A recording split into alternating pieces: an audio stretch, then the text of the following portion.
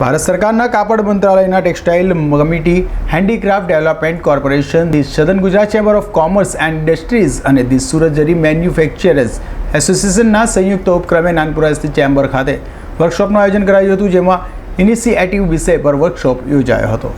નાનપુરા સ્થિત ચેમ્બર ખાતે IPR protection of unique textile and handicraft production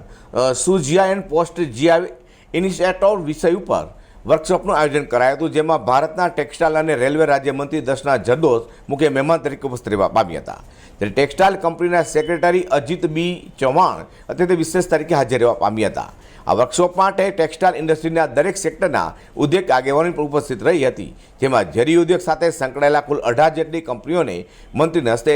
GI tag certificate આપવામાં આવ્યા હતા। સુરતના ટેક્સટાઇલ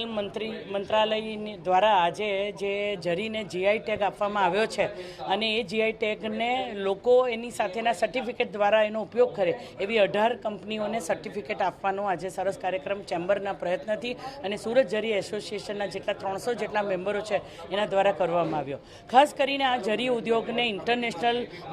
પ્રમોશન મળે, એ લોકોની પ્રોડક્ટ લોકો વધારેમાં વાપરે, ખાતરીથી વાપરે કે આ જીઆઈવાળી વસ્તુ એટલે કે જરીની વસ્તુ છે તે અમે લઈએ છીએ, તે ઓથેન્ટિક છે અને એની સાથે સાથે એ પ્રોડક્ટની અંદર વેલ્યુ એડિશન થાય, લોકો કેવી રીતે બીજી ચીજોની અંદર પણ આમાં વસ્તુ બનાવે એની ટ્રેનિંગ, એના બધા વર્કશોપ જેવું રાખ્યું છે કે 3-4 લોકો છે એ પોતે પોતાની માહિતી આપશે આ ધંધાને, જરી ઉદ્યોગને કેવી રીતે, જે સુરતનો એક ઓળખ હતી એ સુરતની ઓળખને કેવી રીતે ઇન્ટરનેશનલી લઈ જવાની એનું માર્ગદર્શન આજે અહીંયા લોકોને મળવાનું છે।